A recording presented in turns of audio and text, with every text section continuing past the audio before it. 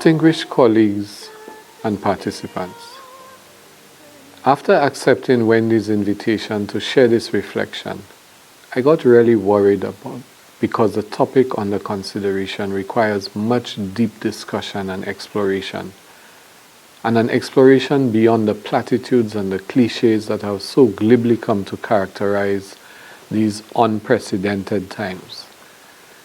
There is a particular danger of critical analysis hardening into cliché, and cliché becoming mantra because it signals the end of any search for deeper meaning and bold new opportunity. Clichés and platitudes become the roadblock to unthinking beyond the boundaries of the new orthodoxy.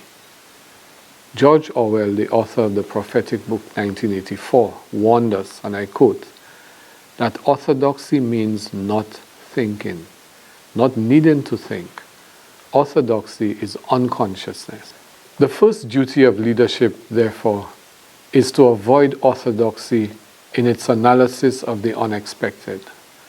To extract real value from this topic, we will first need to strip away cliché and platitude, look some uncomfortable truths in the eye, and shift from the blame of the pandemic to the responsibility of leadership in what has been described as VUCA times, times of volatility, uncertainty, complexity, and ambiguity. The pandemic has triggered dramatic qualitative shifts in how work is done, and even in the nature of work itself. For all of us, this has been an imposition. Making that pivot has not been a choice, but a necessity of survival. So, for example, in the lockdown of businesses, survival necessitated the move to online business, virtual storefronts, home delivery services. But the challenge for leadership is not simply adoption and adaptation. It must be proactive and predictive. It is not enough to navigate. We must innovate. I would like from the outset to debunk two perceptions and assumptions as truths. One, that resilience is a destination.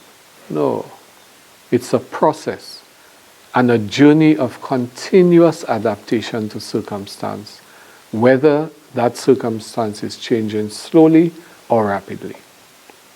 Secondly, that innovation is a technology thing, and that technology is the magic bullet.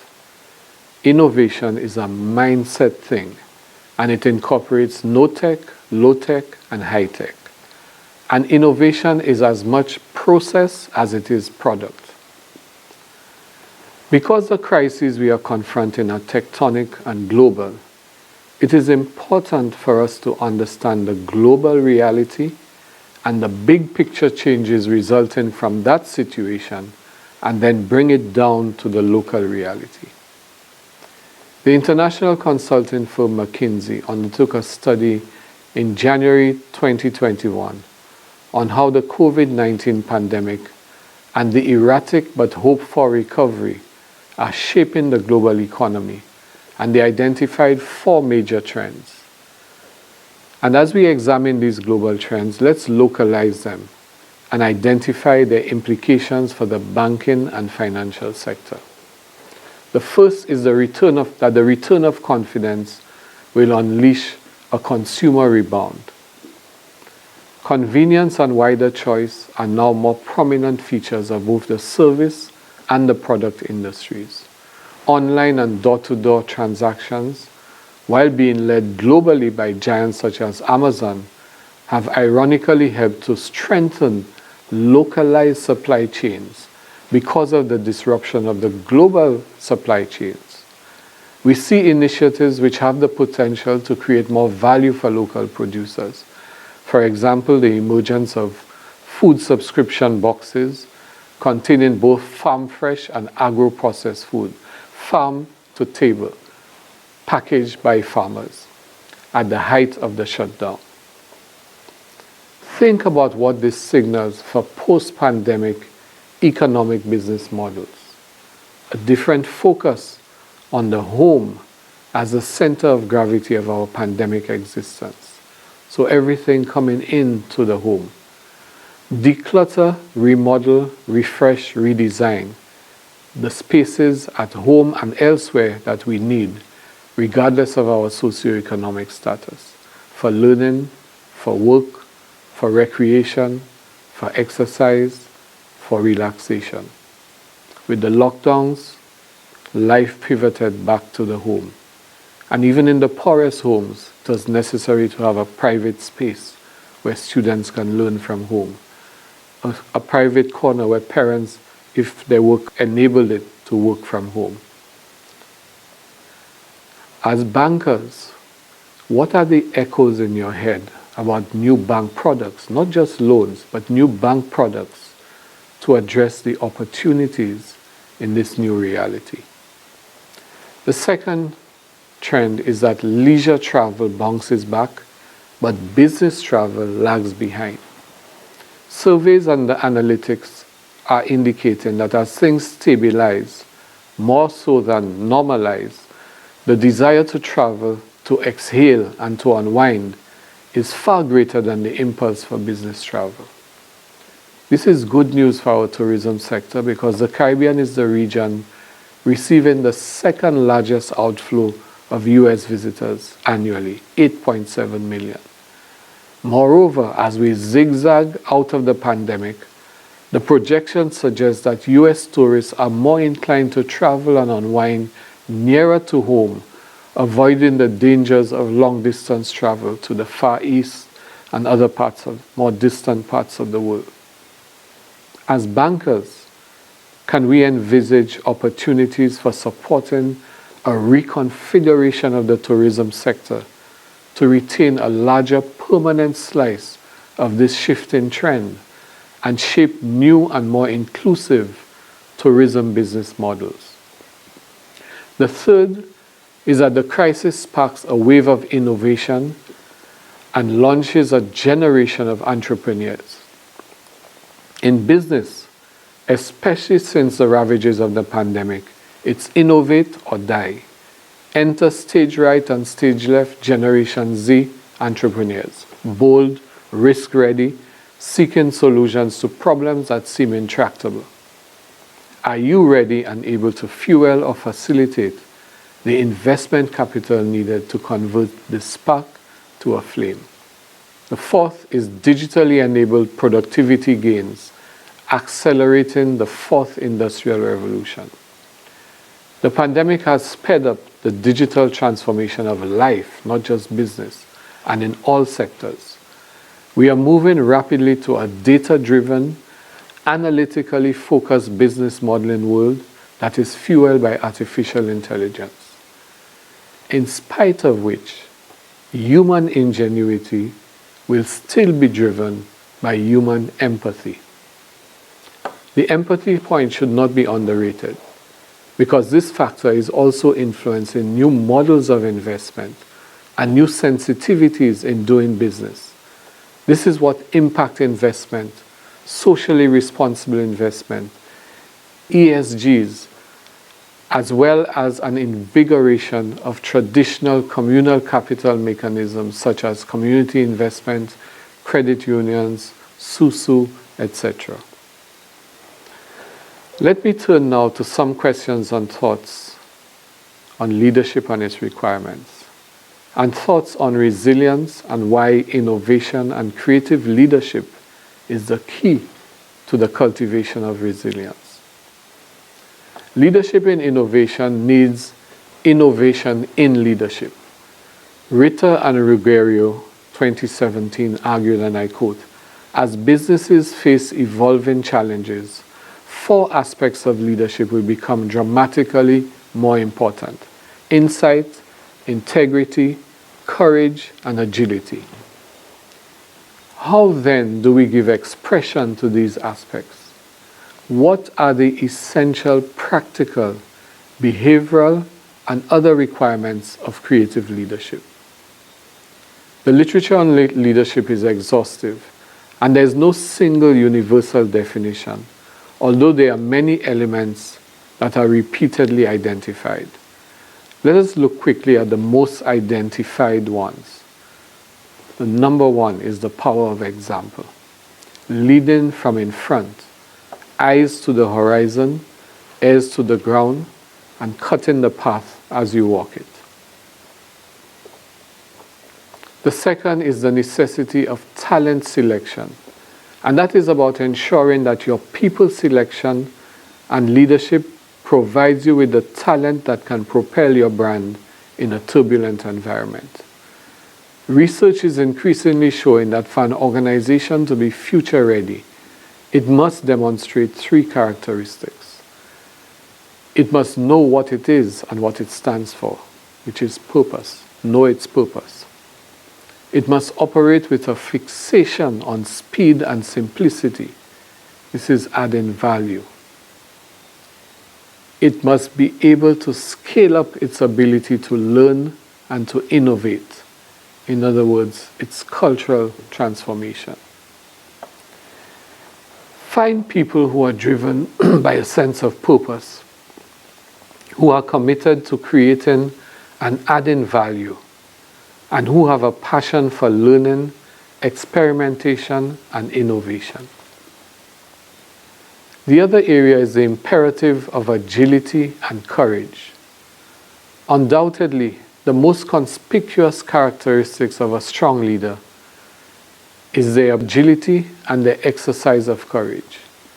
Agility is the result of being able to rapidly assess a situation, identify the risk and the consequences of inaction, and shape a response which is bold and courageous that can turn crisis into opportunity.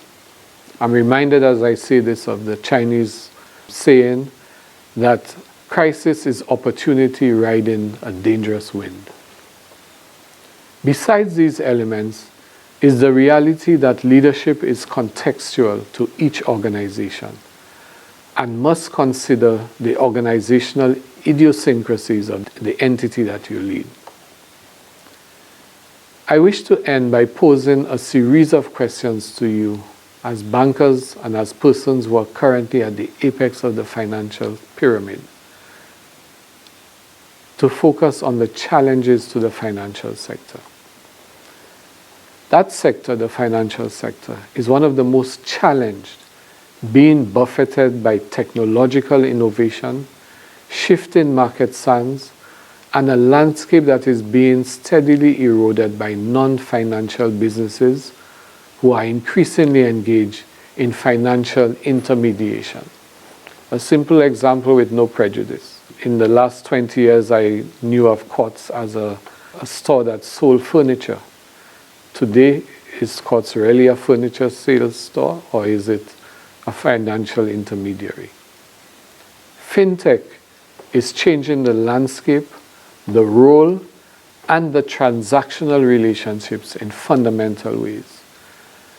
Because the pandemic has triggered this pivot to online practically everything, the financial sector's adoption of ICT and the digitization of currency has exponentially accelerated.